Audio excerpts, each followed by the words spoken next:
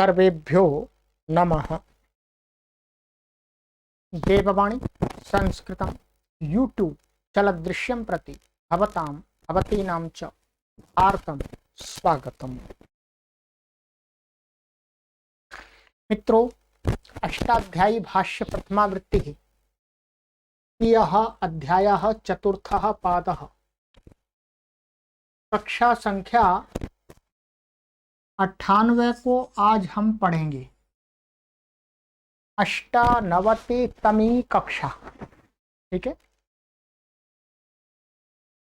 चलिएगा, पुस्तक को ओपन कर लीजिएगा। और गत कक्षा में मैंने आपको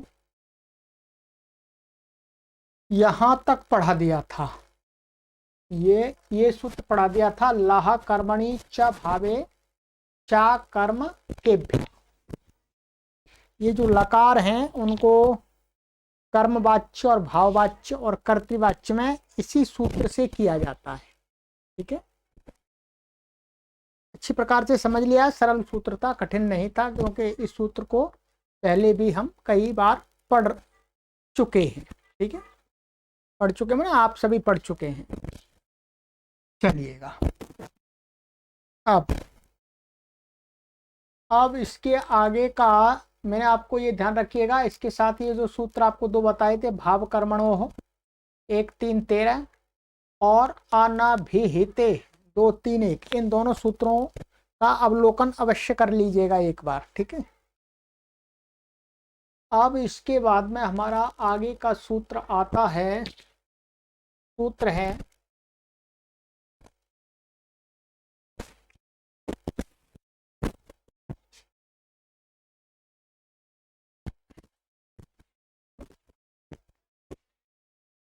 तयोरेव कृत्यक्त खलर्थाः। तयोः सप्तमी विभक्ति द्विवचनान्तम् एव अव्ययपदं, कृत्यक्त खलर्थाः प्रथमा विभक्ति बहुवचनान्तम्। समासः खल अर्थो येषां ते खलर्थाः बहुव्रीहिः। खल प्रत्यय पढ़ा है हमने, ईशद्दुषु कृच्छार्थेषु खल, तीसरे अध्याय के दूसरे पाद में पढ़ा था। सूत्र भी आपको दिखा देंगे अभी। तो खल प्रत्यय अर्थ किसी विशेष में कहा था, ईशदादि के उपपद रहते हुए, तो उस अर्थ में और भी जो प्रत्यय हैं, तो खल अर्थो येषां ते खलर्थाः प्रत्यय, माने खल अर्थ है, माने खल प्रत्यय का जो अर्थ है वह अर्थ है जिन प्रत्ययों का वो सारे प्रत्यय क्या कहे जाते हैं खलर्थाः बहुव्रीहि, ठीक है। कृत्याश्च कृतश्च खलर्थाश्च कृत्यक्त खलर्थाः इतरेतर योग द्वंद्वाः, माने कृत्य प्रत्यय बहुवचन में लिया है क्योंकि कृत्य प्रत्यय बहुत सारे, कृत्याः सूत्र से कृत्य संज्ञा है। और कता प्रत्यय आप जानते हैं, भूते निष्ठा में 2 प्रत्यय होते हैं, कता और कतवतु, तो कता लिया है, कतवतु नहीं लिया यहाँ पर, ठीक है। और खलर्थाः खल के अर्थ वाले, वो सारे क्या हो गए, कृत्यर्थ खलर्थाः, ये हो गया। अनुवृत्ति है कर्मणि भावे चा कर्म केभ्यः प्रत्ययः। ऊपर से कर्मणि की अनुवृत्ति आ रही है, भावे की आ रही है, और चा कर्म केभ्यः और प्रत्यय की आ रही है, ठीक है। और यहां पर ध्यान देंगे, जो ये कर्मणि आ रहा है और यहाँ अकर्म केभ्य पढ़ा है, तो इससे अपने आप ही सकर्म केभ्य की अनुवृत्ति भी आ जाएगी, सकर्म केभ्य का भी आक्षेप हो जाएगा, उसका भी ग्रहण हो जाएगा, ठीक है। जैसे पूर्व सूत्र में कर लिया था। अर्थः तयोरेव भावकर्मणोरेव कृत्यसंज्ञकाः कृताः फलर्थाश्च प्रत्यया भवन्ति। अर्थात सकर्म केभ्यो धातुभ्यो विहिता ये कृत्यसंज्ञकाः कताः खलर्थाश्च प्रत्ययास्ते कर्मणि अकर्मकेभ्यो धातुभ्यो विहिताश्च ये कृत्यक्त खलर्थास्ते भावे भवन्ति। ठीक है, कहते हैं कि तयोरेव, तयोरेव का अर्थ है भाव कर्मणो एव, भाव और कर्म में ही, भाव और कर्म में ही, कर्ता हट गया अपने आप एव से, कर्ता हट गया। भाव कर्मणोरेव मन भाववाच्य कर्मवाच्य च एव, भाववाच्य में और कर्मवाच्य में ही कृत्य संज्ञक प्रत्यय, जितने भी कृत्य संज्ञक प्रत्यय हैं, कृत्या सूत्र से लेकर के अणुल त्रिचौ सूत्र से पहले पहले जो भी प्रत्यय है वहां पर तीसरे अध्याय के प्रथम पाद में, उस सारे प्रत्यय कृत्य संज्ञक प्रत्यय किसमें होंगे? भाववाच्य में या कर्मवाच्य में? सकर्मक धातु से होंगे तो कर्मवाच्य में हो जाएंगे, अकर्मक से होंगे तो भाववाच्य में, कर्तृवाच्य में नहीं होंगे। और कता प्रत्यय, कता प्रत्यय क्या है? वही हिसाब है, अकर्मकों से होगा तो भाववाच्य में, सकर्मकों से होगा तो कर्मवाच्य में होगा। ऐसे ही खलर्थ वाले प्रत्यय भी भाव और कर्मवाच्य में हो जाते हैं। अकर्मकों से जो खलर्थ होंगे वो भाववाच्य में, जो सकर्मकों से होंगे वो कर्मवाच्य में हो जाते हैं। बिल्कुल सरल है। कहते हैं गुरुजी अर्थात सकर्मकेभ्यो धातुभ्यो विहिताः ये कृत्य संज्ञकाः कृताः खलर्थाश्च प्रत्यया ते कर्मणि, कर्मणि कर्मवाच्य में होते हैं। ठीक है, सकर्मक धातुओं से विहित जो कृत्य संज्ञक अथवा कृता अथवा खलर्थ प्रत्यय वो कर्मवाच्य में होते हैं। अकर्मकेभ्यो धातुभ्यो विहिताश्च, और अकर्मक धातुओं से विहित जो कृत्य प्रसंजक और कता और खलर्थ वाले प्रत्यय वे भाववाच्य भवन्ति में भावे मन भाववाच्य में। ठीक है, चलिएगा उदाहरण देख लेते हैं, बाकी इसमें कुछ अधिक ऐसा विशेष नहीं है।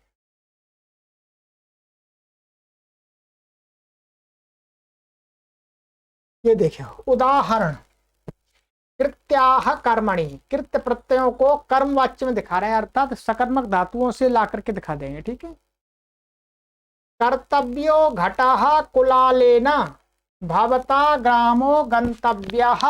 ठीक है,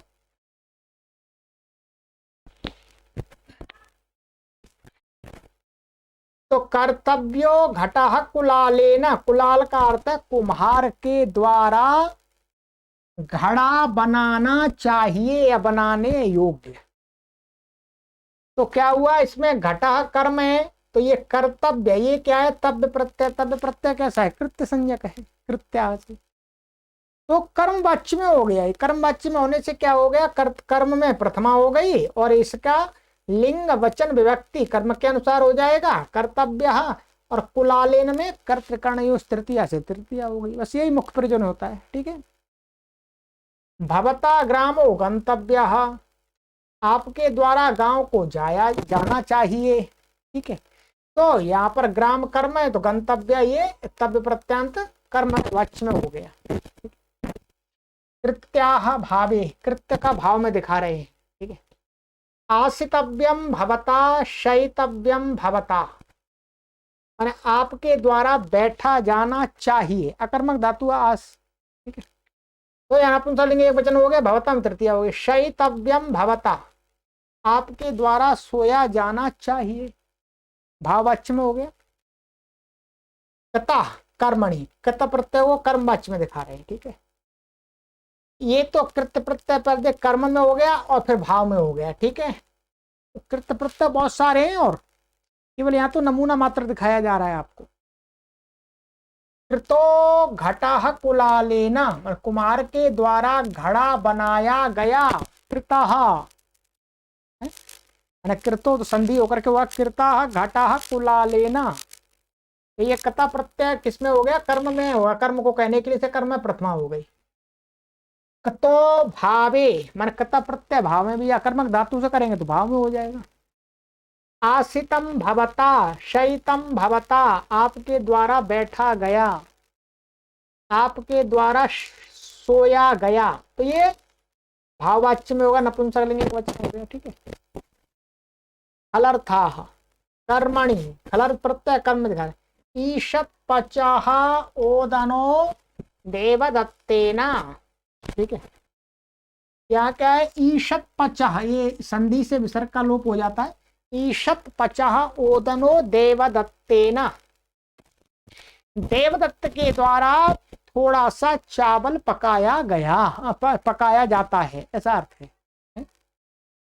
तो ये क्या है, कर्म है ये, ईशत पचा, ये खल प्रत्यय। ठीक है।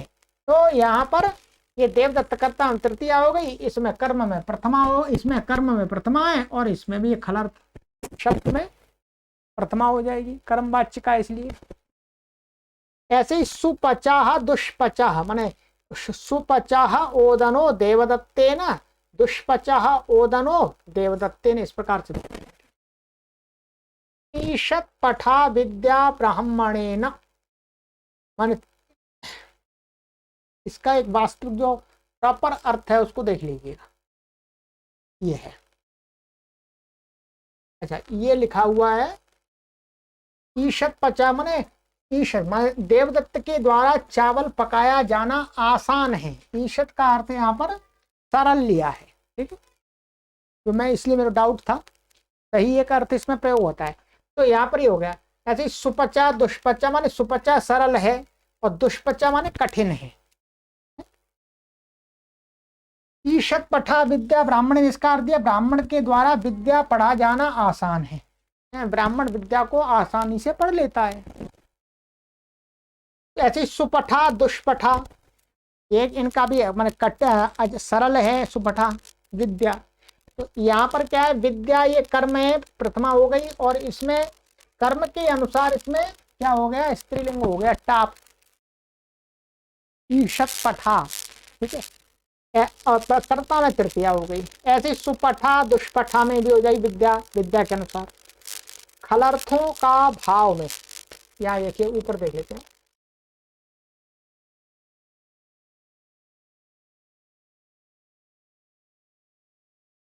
खलर्थाः भावे, ये तो कर्म में हो गया था, अब अकर्मक धातु से। ईशत स्वपम भवता, सुस्वपम भवता, दुष्वपम भवता, ईषदाढ्यम भवम भवता, स्वाढ्यम भवम भवता, दुराढ्यम भवम भवता। भवता भवता सबके साथ लगा लेंगे। कर्ता में अर्थ का तृतीया हो रही है, क्यों, क्योंकि ये भाव में है, और ये क्रिया जो खलर प्रत्यांत शब्द है उसमें नपुंसकलिंग एक वचन हो रहा है। अब इसका अर्थ क्या है, अर्थ भी देख लीजिएगा इसका। ईशत स्वपम भवता, आपके द्वारा सोना आसान है। सुस्वपम वही अर्थ है, दुष्वपम ने आपके द्वारा सोना कठिन है। ईशदाढ्यम भवम भवता, स्वाढ्यम भवम भवता, दुराढ्यम, आपके द्वारा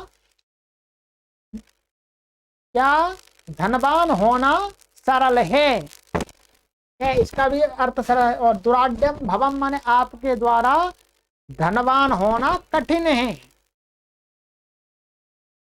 ईशत पचा आदि में। ठीक है। तो ये तो उदाहरण हो गए थे। ईशत, ईशत दुहु सुषु कृच्छार्थेषु खल से, तथा ईशदाढ्यम भवम में कर्तृकर्मणोश्च भूक्रियो से खल प्रत्यय हुआ, ध्यान देंगे। ठीक है। तो ये सिद्धियां हमने यहाँ पर कर ली थी 126 और 127 पे। ठीक है।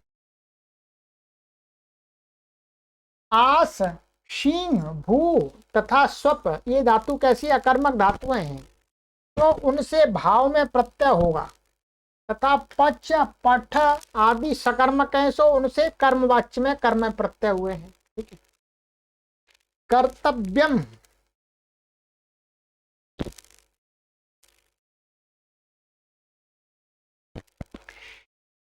कर्तव्यम में तव्य तव्यानियरः से तव्य प्रत्यय हुआ है, इसकी कृत्य संज्ञा कृत्याह से हुई है। भाव कर्म में विभक्ति वचन की व्यवस्था अनाभिहिते, सूत्र पर देखें। ठीक है। क्या है, भाव कर्म में विभक्ति की वचन व्यवस्था जो हमने पिछली कक्षा में बताई थी, भाव कर्मणों और अनभिहित, जब वहां पर वही है माना अनभिहित कर्ता में कर्तकर्णो तृतीया हो जाती है, और कर्म वाच्य में कर्म वो अभिहित हो जाता है, तो प्रातिपदिकार्थ लिंग परिमाण वचन मात्र प्रथमा से प्रथमा हो जाती है। ठीक है, तो वही बातें हैं वो सारी हैं। ठीक है, तो अब आपको ये सूत्र क्या ध्यान रखना है कि जब कभी भी आप कृत्य संज्ञक प्रत्ययांतों का प्रयोग करें, कृत्य संज्ञक प्रत्यांत शब्दों का प्रयोग करें, तो आपको या तो भाववाच्य में करना है या करना है कर्मवाच्य में। कर्तवाच्य में नहीं बना देना है आपको। ऐसे ही कता प्रत्यय, कता प्रत्यय क्या है, कर्मवाच्य और भाववाच्य में बनाना है। ऐसे ही खलर्थ प्रत्ययों की बात ये ध्यान रखनी है आपको, बस और कुछ नहीं। चलिएगा, एक सूत्र हो गया, विस्तार से मैंने आपको समझा दिया। अब आ जाइएगा, आगे का सूत्र है आदि कर्मणि कतः कर्तरि च। आदि कर्मणि सप्तमी विभक्ति एक वचनांतम, कतः प्रथमा विभक्ति एक वचनांतम, कर्तरि सप्तमी विभक्ति एक वचनांतम च अव्ययपदम समासः। आदि चादः कर्म च आदि कर्म तस्मिन् आदि कर्मणि कर्म धारयस्तत्पुरुषः। क्या? आदि चादः कर्म च, आदि कर्म माने कर्म और वो और आदि दोनों क्या कर्मधारय तत्पुरुष समास है। कर्म कैसा? आदि क्षण वाला। कर्म का अर्थ यहाँ पर क्रिया है, वास्तव में ध्यान देंगे, कर्म का अर्थ क्या है? क्रिया। माने आदि माने आरंभ में होने वाली जो क्रिया का जो क्षण होता है, काल। ठीक है, ये कर्मधारय तत्पुरुष समास हो गया। अनुवृत्ति इसमें कर्मणि भावे चा कर्म के प्रत्यय, इसकी आगे अर्थ आदि कर्मणि क्रियारंभस्यादि क्षणेर्थे विहितः ततः प्रत्ययः कर्तरि भवति चकारात् भाव कर्मणोरपि भवति। सरल है। कहते हैं आदि कर्म, आदि कर्म का अर्थ क्या है?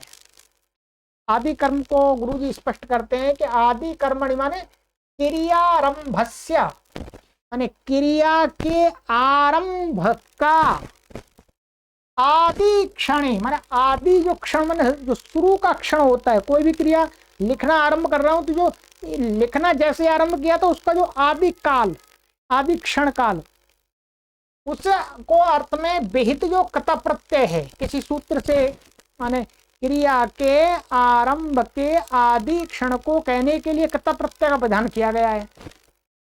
एक वार्तिक है इसके लिए। ठीक है, आदि कर्मणि निष्ठा वक्तव्य ऐसा करके बता देंगे अभी। तो वो जो प्रत्यय है वो कर्तृवाच्य में होता है। पूर्व वाले सूत्र से क्या प्राप्त था? तयोरेव कृत्यक्त खलर्ता से कर्म और भाव में।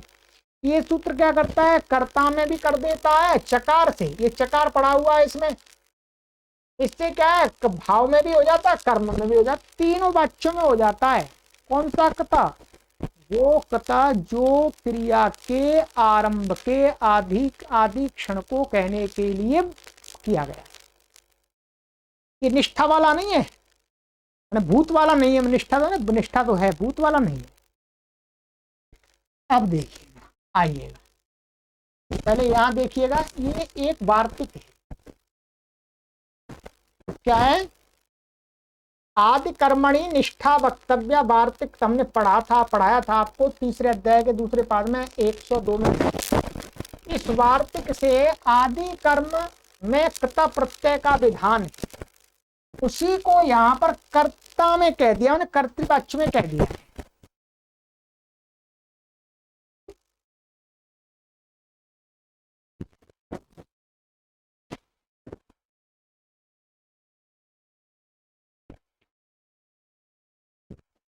ठीक है,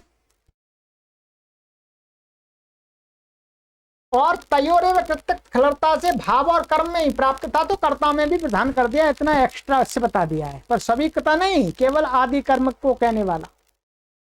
अब देखिएगा, यहां पर उदाहरण दिए हैं गुरुजी ने। उदाहरण, प्रकृतः कटम देवदत्तः। अब ये क्या हो गया, कर्तृवाच्य में हो गया। देवदत्त ने चटाई बनाना प्रारंभ की, उस काल को कहा जा रहा है। प्रारंभ ने प्रारंभ, तो ये क्या कर्तृवाच्य होगा, तो कर्ता में प्रथमा हो गई, और जो कता प्रत्यंत शब्द है उसमें ही प्रथमा, और कटम ये कर्म हो गया, कर्म नहीं द्वितीय से द्वितीय हो गई इसमें, और कर्तृवाच्य है। प्रभुक्ता ओदना ओदनम देवदत्त, देवदत्त ने चावल खाना आरंभ किया, मान जो आरंभ किया चावल को खाना, उस क्रिया को कह रहा है, आरंभ प्रारंभ की क्रिया को। तो ये भी इसमें ये इसके विसर्ग या संधि से लोप हो रहा है, तो देवदत्त करता है, इसके अनुसार ये हो जाएगा, इसका लिंग वचन हो जाएगा विभक्ति। और ये कर्म द्वितीया कर्मणि, ठीक है। अब ये तो कर्तृवाच्य में हो गया, अब कर्मवाच्य में, प्रकृता कटो देवदत्तेन, बदल गया। अब ये कर्म में द्वितीय प्रथमा हो गई, और ये कर्म के अनुसार हो गया, कर्ता में तृतीया हो गई, अर्थ वही है। प्रभुक्ता ओदनो देवदत्तेन, आवे तो प्रकृतम देवदत्तेन प्रभुक्तम देवदत्तेन, यहाँ पर कर्म की विवक्षा नहीं है, बस इतना ही, देवदत्त ने बनाना आरंभ किया, देवदत्त ने खाना आरंभ किया, ये भाववाच्य में हो गया, ठीक है। यही नीचे अर्थ गुरु जी ने दिया है।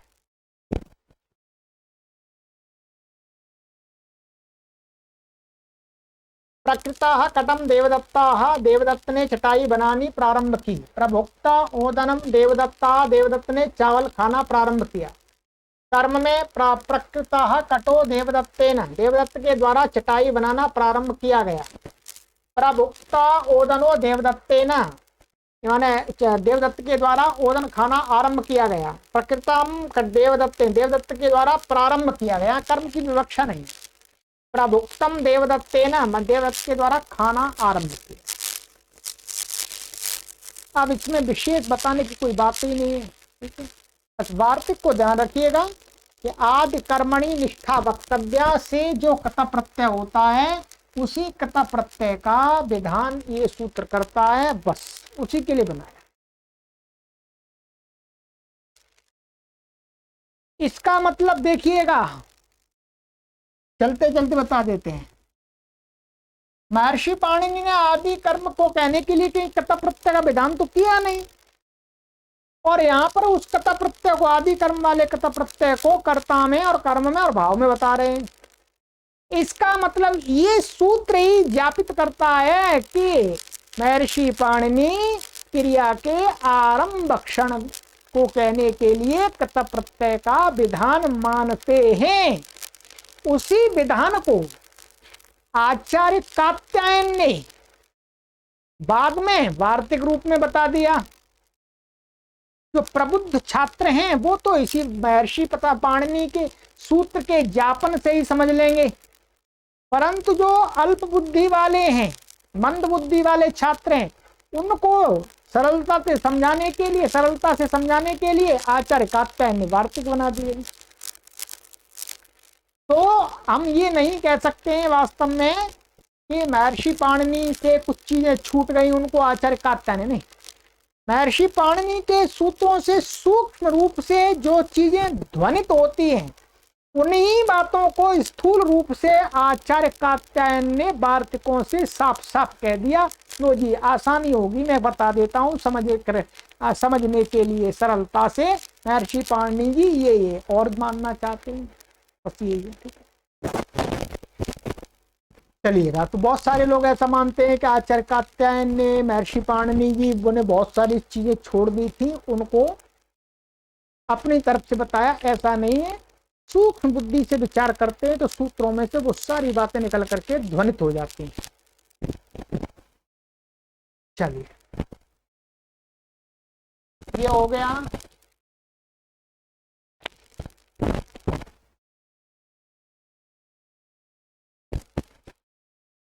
गत्यर्था कर्म कक्शिलिशा शीं स्था स वस जन रूह जीर्य इभ्यश्च।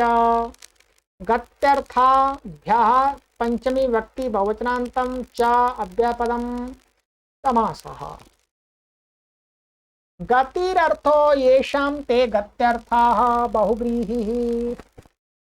गति अर्थ है जिन धातुओं का, वो धातु क्या कही जा रही है यहाँ पर बोलो, गत्यर्थाः। बहुव्रीहि समास हो गया। गत्यर्थाश्च अकर्मकाश्च श्लिषश्च शींच स्थाश्च आसश्च वसश्च जनश्च रुहश्च जीर्यतिश्च।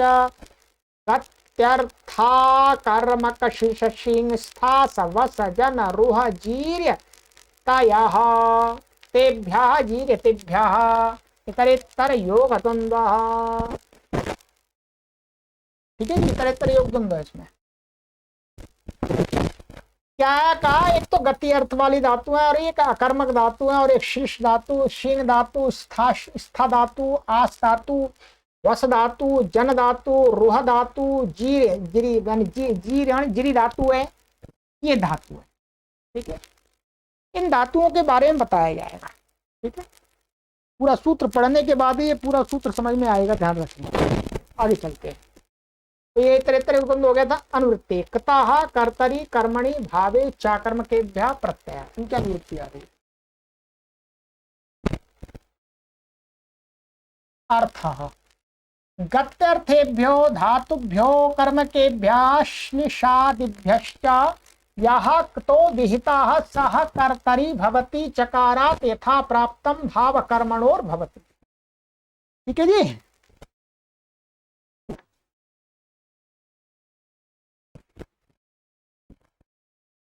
क्या कहते हैं महर्षि पाणिनि जी कि गति अर्थ वाली धातुओं से और अकर्मक धातुओं से और श्लिषादि माने श्लिष हो गया, शींग हो गया, स्था, आस और वस, जन, रूहा, द्वि, ये धातु, इनसे जो कता प्रत्यय विहित है भूते निष्ठा से, ठीक है, वह कता प्रत्यय कर्ता में भी हो जाता है। चकार से यथा प्राप्त भाव कर्मणोर भवति। यथा प्राप्त का अर्थ है तयोरेव कृत्यक्त खलर्था से, कर्म और भाव में तो प्राप्त ही था, तो कर्म और भाव में भी हो जाएगा और इन धातुओं से कता आ रहा है तो वो कर्ता में भी हो जाएगा। बस इन्हीं से, सभी धातुओं से नहीं, ध्यान रखेंगे। आप उदाहरण देखते जाइएगा, कुछ भी इसमें विशेष नहीं है, सिद्धियों में कुछ भी आपको नहीं करना है, केवल उदाहरणों को समझना है। गत्यर्थेभ्यः गतो देवदत्तो ग्रामम, ये किसमें हो गया, गत्यर्थक। ये गतो देवदत्तो ग्रामम, ये कर्तवाच्य में हो गया, कर्ता में प्रथमा है, और कता प्रत्यांत ये शब्द है, इसमें भी प्रथमा हो गई है, क्यों, कर्तवाच्य में है इसलिए। और ग्रामम में द्वितीय हो जाएगी, कर्मणि द्वितीय से द्वितीय हो गई। देवदत्त के द्वारा गांव को जाया गया, माने देवदत्त गांव को गया। गतो देवदत्तेन ग्रामः, वही अर्थ है, ये कर्मवाच्य हो गया। ठीक है, कर्म में प्रथमा हो गई यहाँ पर, कर्ता में तृतीय, और इसका कर्म के अनुसार देवदत्त के द्वारा गांव को जाया गया। गतम देवदत्तेन, देवदत्त के द्वारा देवदत्त गया, इसका अर्थ ही भाव में हो गया। यहाँ का पर क्या है, इसको कर्म की विवक्षा नहीं कर रहे तो अकर्मक बना दी। तो ठीक है, ये हो गया। व्रजितो देवदत्तो ग्रामम, व्रजितो देवदत्तेन ग्रामः, व्रजितम देवदत्तेन, बिल्कुल उसी का अर्थ है। ये ब्रज धातु क्या है, गमनार्थक है, गत्यर्थक है। ठीक है, तो कता प्रत्यय बन गया, तो यहाँ वो ही सारी व्यवस्था है। अकर्म के अकर्मक धातुओं से दिखाते हैं। ग्लानो देवदत्तः, ग्लानम देवदत्तेन, ठीक है, आसितो देवदत्तः, आसितम देवदत्तेन। ठीक है, तो ग्लानम देवदत्तः, यहाँ पर देवदत्त ने ग्लानी की, इसका अर्थ ही है। ठीक है, देवदत्त के द्वारा, देवदत्त ने ग्लानी की, ये ग्ला धातु अकर्मक है, और ग्लानम देवदत्तेन ये भाव में हो गया। वो कर्तृवाच्य भाव में कर्मवाच्य में होगा ही नहीं इसका। आसितो देवदत्ता, आसितम देवदत्ते, देवदत्त बैठा, देवदत्त के द्वारा बैठा गया। श्लिष्ट धातु ये अकर्मक से दिखा दिया। इसी प्रकार से बहुत सारी अकर्मक धातु उन सब का आ जाएगा। अब यहां पर क्या है, एक बात समझ लेने की है। इस सूत्र के अंदर ये पड़ा हुआ था अकर्मक। अब क्या है, इसके अंदर ये शिंग धातु, स्था धातु, आस धातु और वस धातु, जन धातु, रुह धातु, गिरी धातु, ये भी क्या है, अकर्मक हैं। ये क्या है, अकर्मक हैं। तो ये अकर्मक है तो अकर्मक तो इसी में आ जाती है, फिर अलग से क्यों पढ़ा, प्रश्न हो सकता है।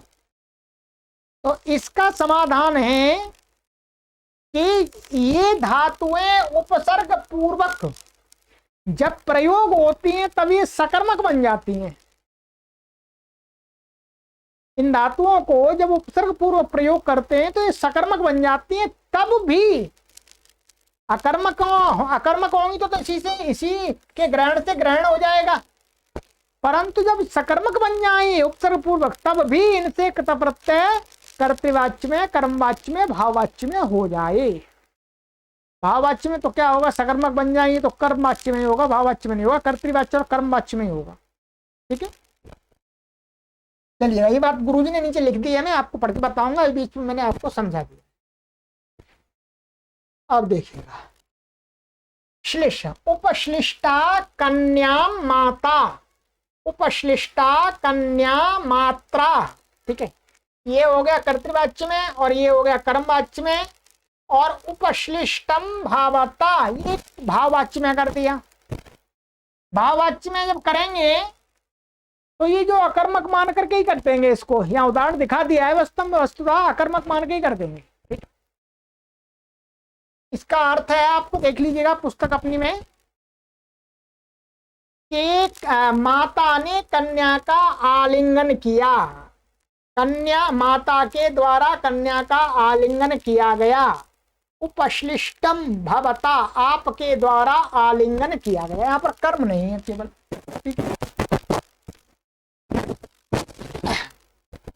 वस्तुतः ये यहाँ पर उदाहरण नहीं होना चाहिए, ये लिख दिया है यहाँ, ये उदाहरण नहीं होना चाहिए, ये अकर्मक के उदाहरण बनने चाहिए। ठीक है, मुख्य रूप से यहाँ पर तो ये उदाहरण होना चाहिए, उपश्लिष्टा कन्या माता, उपश्लिष्टा कन्या मात्रा। ठीक है, और बस ये दो होने चाहिए। ये तो एक्स्ट्रा लगा दिया है यहाँ पर, वैसे ये ऊपर उसमें जाएगा कर्मक वास्तव में।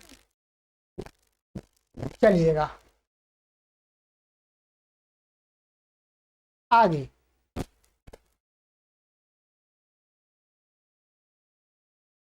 शिंका उपशयितो गुरुम देवदत्ताः, उपशयितो गुरुः देवदत्तेन उपशयितम भवता। यहाँ पर भी ऐसा ही कर दिया ना, तो कहते हैं उपशयितो गुरुम देवदत्त, देवदत्त गुरु के पास में रहा। यहाँ पर ये उपशयिता का सूत्र नहीं है, रहा अर्थ है। तो ये सकर्मक बन गई तो ये कर्म में द्वितीय हो गई, कर्तृवाच्य है, देवदत्त में प्रथमा हो गई, और देवदत्त के अनुसार उसका लिंग वचन विभक्ति हो गई। ठीक है, ये उपशयिता उपपूर्व शिंग धातु से कथा प्रत्यांत रूप बन जाएगा, ईटा आदि आगम होकर के। उपशयितो गुरु देवदत्तेन, मान देवदत्त के द्वारा गुरु के पास रहा गया, और उपशयितम भवता, आपके द्वारा रहा गया। स्था उपस्थितो गुरुम देवदत्ताः, उपस्थितो गुरुर्देवदत्तेन उपस्थितम भवता। आपके द्वारा माने गुरु देवदत्त गुरु के पास में रहा, ये अर्थ है। उपस्थित हुआ, रहा मतलब उपस्थित हुआ, और उपस्थितो गुरु देवदत्त के द्वारा गुरु के पास में रहा गया, उपस्थित किया गया, उपस्थित हुआ गया।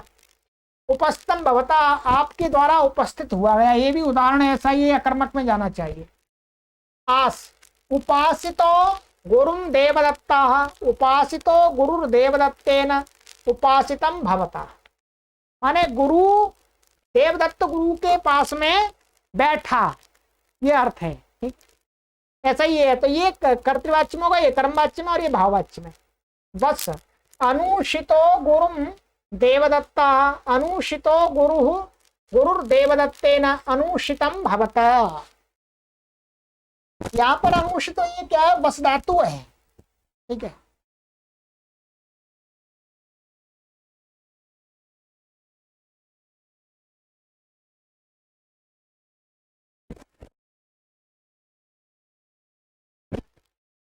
तो माने देवदत्त गुरु के पास में रहा, देवदत्त के द्वारा गुरु के पास में रहा गया, ये कर्मवाच्य। अनुषितम भवता, आपके द्वारा रहा गया। जनका अनुजाता पुत्र कन्याम, माने कन्या के बाद में पुत्र उत्पन्न हुआ है। तो कन्या यहाँ पर कर्म है, हिंदी में बोलने में नहीं लग रहा आपको, परंतु ये वस्तुतः कर्म है। तो कन्या ये क्या हो गया, कन्या कर्म हो गया, कर्म में द्वितीया हो गई। कर्तृवाच्य अनुजाता पुत्र, ये पुत्र कर्ता हो गया, और ये क्या इसके अनुसार हो गया। अनुजाता पुत्रेण कन्या, ये कर्म वाच्य में हो गया, तो कन्या न स्त्रीलिंग है, तो ये स्त्रीलिंग हो गया। पुत्रेण में तृतीया हो गई। अनुजातम पुत्रेण, पुत्र के द्वारा बाद में उत्पन्न हुआ गया। रोह आरूढ़ो वृक्षम देवदत्ता, आरूढ़ो वृक्षो देवदत्तेन, आरूढ़म देवदत्तेन, वही देवदत्त के, देवदत्त ने वृक्ष, देवदत्त वृक्ष को चढ़ा, अथवा देवदत्त के द्वारा वृक्ष चढ़ा गया, अथवा देवदत्त चढ़ा, ये अकर्मक का बन जाएगा। ज्री अनुजीर्णो देवदत्तो वृषलम, अनुजीर्णो देवदत्तेन वृषला, माने दुष्ट को देवदत्त ने मारा, मार मार के जीर्ण कर दिया, ये अर्थ है। ठीक है, कर्तवाच्य हो गया, ये कर्मवाच्य होगा। अनुजीर्णो देवदत्तेन वृषला, देवदत्त के द्वारा वृषल को पीटा गया, मारा गया डंडे से। अनुजीर्णम देवदत्तेन, देवदत्त के द्वारा मारा गया, अनुजीर्ण किया गया, कमजोर किया गया, पीटा गया। बस, और इसमें कुछ भी नहीं है। ये सूत्र आपको हमेशा ध्यान रखना है, क्योंकि संस्कृत साहित्य में इन धातुओं का कर्तृवाच्य कता प्रत्यांत, इन धातुओं का कर्तृवाच्य में धड़ल्ले से प्रयोग होता है। और आप सोचने लगे कि भाई कता प्रत्यय तो कर्म में होता है, ये कर्ता में कहां से आ गया, कर्ता में इसी से होता है। ठीक है, इन धातुओं की ये आपको ध्यान रखना है। तो सिद्धियां कुछ भी नहीं करनी है आपको, इसमें उदाहरण समझना है। इस सूत्र से कर्मवाच्य में, भाववाच्य में, कर्तवाच्य में होता है। कथा प्रत्यांत की सिद्धियां तो पहले ही कराती हैं, उसी प्रकार से कर लेनी है आराम से। चलिएगा, ये हो गया मित्रों। हाँ, इसमें सिद्धियां दी हैं पीछे गुरुजी ने, यहाँ पर आप देख लीजिएगा, ये कुछ सिद्धियां दी हैं, सरल हैं।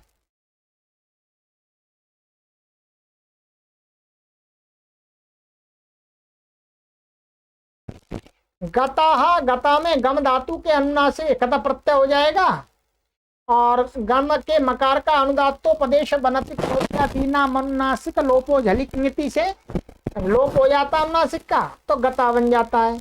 ब्रज धातु से कथा प्रत्यय आता है, एटा आगम हो जाता है, इसमें ये तो अनिट है। ठीक है, एकाचुपदेश अनुदात्त से अनिट है ये। ठीक है, तो ब्रजता बन जाता है ये। गलई धातु को आदेश उपदेश श्रुति से आत्तो होकर के, कथा होकर के, और निष्ठा के ता को संयोगादे रातो धातो, ये कैसे क्या है, न हो जाता है। ये 8वें अध्याय के दूसरे पाद का 43वां सूत्र है। ये कहता है संयोग है आदि में जिसके ऐसी आकारांत धातु, दीर्घ आकारांत धातु, उससे उत्तर कथा प्रत्यय के तकार को नकार हो जाता है। ठीक है, इसका यही अर्थ है। तो ये क्या है, गला धातु है, आकारांत है, ये संयोग है, और फिर इसके बाद तक को ना हो गया इसी सूत्र से। श्लिष्ट धातु से उपश्लिष्टा में उपपूर्वक श्ली, और ये ता आ जाएगा, और उष्णा अष्टु से इष्टत्व करना ही विशेष, और कुछ भी नहीं है। शींग धातु से क्या हो जाएगा, धातु से परे निष्ठा प्रत्यय, ठीक है, निष्ठा, यहां विषेक है, निष्ठा हो गया, और इसको इट आगम हो जाएगा, ठीक है, इट आगम हो जाएगा इसको आर धातु कस्टड बलादे से, और निष्ठा शींग स्विधि मिधि क्षुधि दृश्या 1 2 19, ये क्या कर देगा, ये कित माने अकित करता है। शींग धातु से उत्तर निष्ठा जो होता है कता और कतवतु, वो क्या हो जाता है, अकित हो जाता है। अकित हो जाने से क्या हो जाएगा, गुण हो जाएगा। अतः शींग शी को सार धातु का धातु को जो गुण होकर के आय आदेश होकर के शयिता बन जाएगा, शयिता, और फिर उप लगा देंगे, उपशयिता हो जाएगा। ये गुण हो गया और ये ईट आगम हो गया, आय आदेश हो गया, ये बन गया।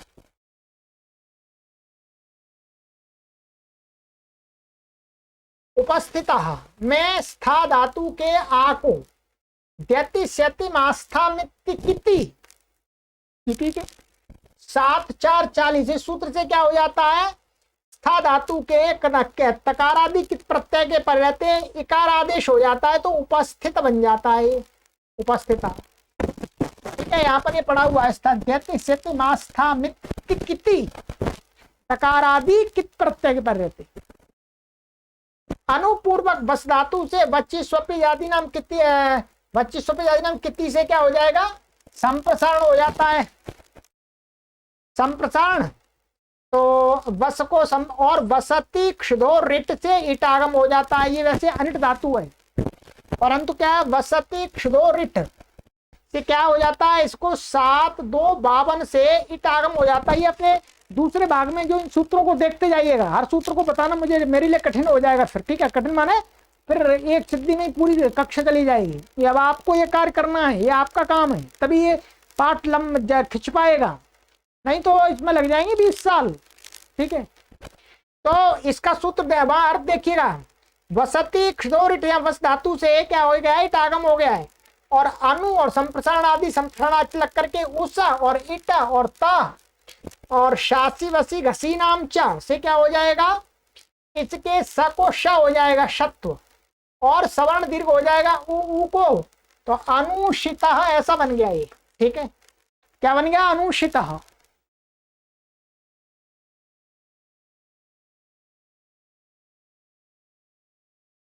अनुजात में जन सन खनाम संझलो हो, जन के न को आत तो हो जाता है, क्या है, जन के माने इसमें अनुजात में जन धातु है, जन की जो नकार था इसमें इसको जन सन खनाम संजलो 6 4 42 इसका आत तो हो जाता है, तो आत तो होगा तो अनु जा आकाश वर्ण दीर्घ अनुजाता बन जाएगा। और ये थोड़ी सी सिद्धियां इनको भी देख लीजिएगा। आरूढ़, रोह धातु है, भूवादय धातु निष्ठा, भूते निष्ठा हो जाएगा, और आंग पूर्वक है तो रोहा ये, और कता, और ये हो गया। अब इसको क्या है, आर धातु कस्टड बला दो इटागम, एक उपदेश से इट का निषेध हो गया। अब यहाँ पर होढ़ा, होढ़ा से क्या हो जाएगा, इस हा को ढा हो जाएगा, क्या हो गया, इसको ढा, और ढा होने के बाद में झशस तथोर धोधा, तथोर धोधा में झश से उत्तर को धा हो जाता है, तो ये झस में आ गया ढा, तो आ रूढ़ धा हो गया, स्टुना स्टू लग गया, इसको ढा हो गया। फिर ढोडे लोपा ढाके पर रहते, पूर्व में जो ढा है ये ढाके पर रहते, पूर्व के ढकार का लोप हो गया। अब ढ लोप पूर्व से दीर्घ होना, कि ढ लोप मान ढकार का लोप हुआ है, उससे पूर्व में जो पूर्व से दीर्घ माने अण प्रत्यारांतर्गत वर्ण है उसको दीर्घ हो जाता है, तो ये ऊ है, ऊ को दीर्घ हो जाएगा इससे, ढलोप पूर्व से दीर्घ अण से, तो आरूढ़ और स्वादि उत्पत्ति करके आरूढ़ा बन गया, ठीक है। चलिएगा,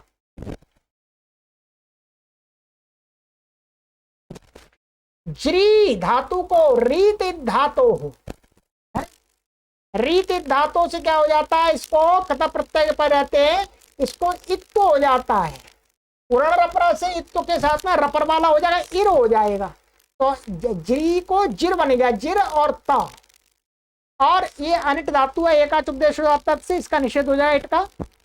हालीचा, हालीचा से क्या हो जाएगा, दीर्घ हो जाएगा, माने हल्के परे रहते रेफांत की उपधा इक को दीर्घ होता है। तो ये हल हल परे है और रेफांत की उपधा ई है, उसको दीर्घ हो गया, दीर्घ हो गया तो क्या जीर बन गया, जीर था।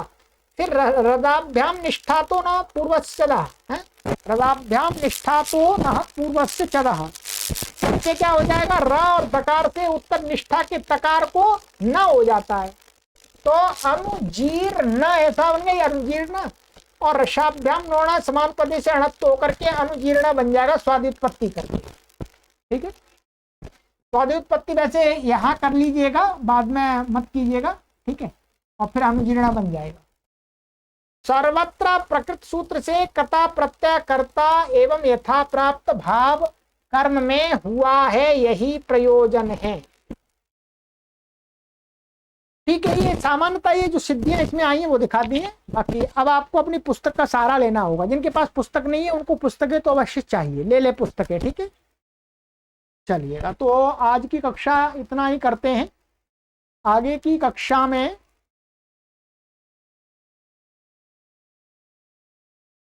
यहां से पढ़ेंगे। ठीक है, 3 सूत्र पढ़ लिए, 3 काफी है, थोड़े बड़े बड़े सूत्र। सर्वेभ्यो नमः।